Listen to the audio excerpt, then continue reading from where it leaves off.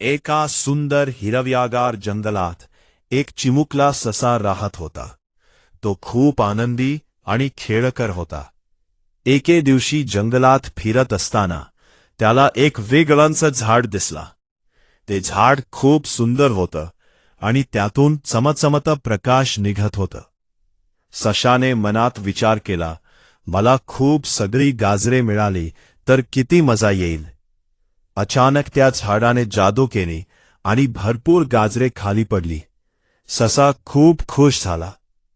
पण ससा खूप गाजरे खाऊ लागला आणि थोड्याच वेळात तो थकला. त्याला त्रास होऊ लागला. मग त्याने सगळी गाजरे आपल्या मित्रांबरोबर वाटून खाल्ली.